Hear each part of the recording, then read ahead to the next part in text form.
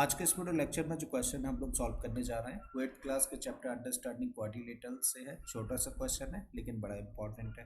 इस क्वेश्चन में हम लोगों को दिया है in the given figure P Q R S is a rectangle if angle R P Q equal to 30 degree then find the value of x plus Y.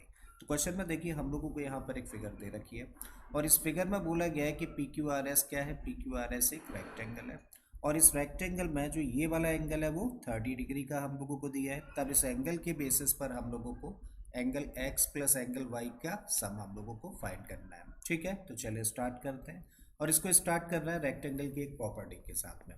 हम लोग जानते हैं क्योंकि पी क्यू आर एस क्या है, P Q R S एक rectangle है और अगर ये रेक्टेंगल है तो रेक्टेंगल के डायगोनल्स की प्रॉपर्टी क्या होती है भाई, रेक्टेंगल के जो डायगोनल्स होते हैं वो आपस में इक्वल होते हैं। मतलब हम लोग कह सकते हैं कि P R is equal to what Q S. ठीक है, अब जब हम लोग कह रहे हैं कि दोनों डायगोनल्स कैसे होंगे, इक्वल होंगे, तो भाई हम लोग जानते हैं कि अगर कोई भी दो क्वांटिटीज इक्वल है तो उनके हाफ भी कैसे होंगे, उनके हाफ भी कैसे होते हैं, इक्वल होते हैं।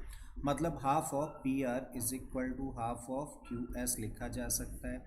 और अब अगर हम लोग फिगर से देखने का काम करें तो देखो पी आर ये वाला लाइन सेगमेंट है, मतलब ये डायगोनल है और इसके हाफ की जगह पे हम लोग चाहें तो क्या लिख सकते हैं, देखो इसके हाफ की जगह पे चाहें तो हम लोग लिख सकते हैं पी ओ, क्योंकि डायगोनल्स बाइसेक्ट भी करते हैं। ठीक है, तो इसका मतलब इसकी जगह पे हम लोग लिख सकते हैं पी ओ। बिल्कुल इसी तरीके से हाफ ऑफ एस क्यू, देखो एस क्यू ये वाला डायगोनल है और इसके हाफ की बात करें तो इसके हाफ की जगह पे क्या रखा जा सकता है, इसके हाफ की जगह पे हम लोग रख सकते हैं क्यू ओ। करेक्ट है।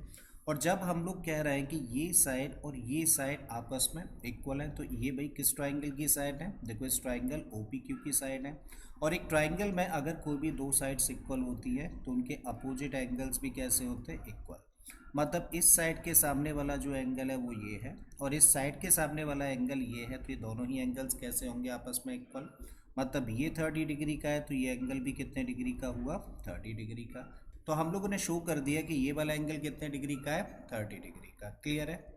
हमें x की वैल्यू निकालनी है। हम लोग जानते हैं कि रेक्टेंगल का एक जो एंगल होता है वो कितने डिग्री का होता है, 90 डिग्री का, जिसमें से ये वाला पार्ट 30 डिग्री का है तो ये कितना होगा, 90 में से 30 को माइनस करते हैं। शो कैसे करेंगे वो देख लेते हैं। तो अब इसको शो करना है तो now angle R Q P equal to कितने डिग्री का होगा, 90 डिग्री का एंगल है भाई रेक्टेंगल का। और इसकी जगह पे हम लोग क्या रख सकते हैं, देखो इसकी जगह पे रख सकते हैं angle R Q S plus angle O Q P and this equal to 90। और ओ क्यू पी तो पता है ना हम लोगों को कितने डिग्री का है, 30 डिग्री का।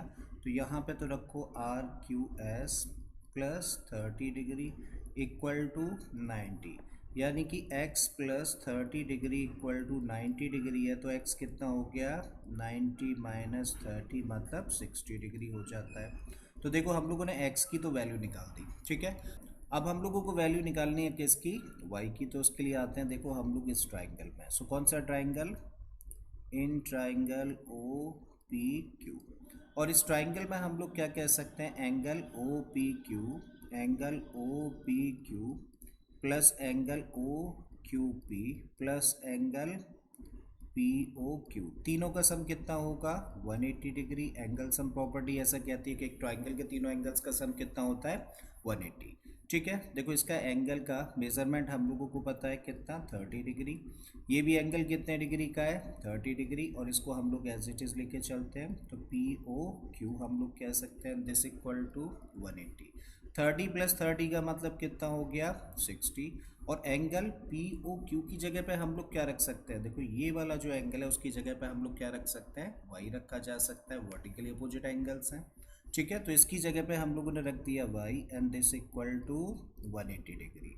ठीक है, तो since angle P O Q equal to what, y, vertically opposite angles हैं। ठीक है, अब हमें y की वैल्यू निकालनी है तो क्या करें, 60 को ट्रांसपोज कर दें तो 180 माइनस 60, तो y की वैल्यू इस तरीके से क्या निकल आई, 120 डिग्री। और फाइनली हम लोगों को वैल्यू किसकी निकालनी है, x प्लस वाई की। So therefore x plus y equal to क्या होगा, x की जगह पर रखो 60, y की जगह पर रखो 120 और दोनों को प्लस कर दोगे तो कितना आ गया, 180 डिग्री। और ये हो जाता है आंसर इस क्वेश्चन का। ठीक है, तो मुझे उम्मीद है स्टूडेंट्स कि आप लोगों के क्वेश्चन अच्छे से समझ आ गया होगा। अगर ऐसा है तो प्लीज़ वीडियो को लाइक कर दें, चैनल को सब्सक्राइब कर लें और बाकी किसी तरीके के क्वेश्चंस के लिए प्लेलिस्ट में चले जाइए। ऑलरेडी इस तरीके के बहुत सारे क्वेश्चंस मैंने अपलोड किए हैं।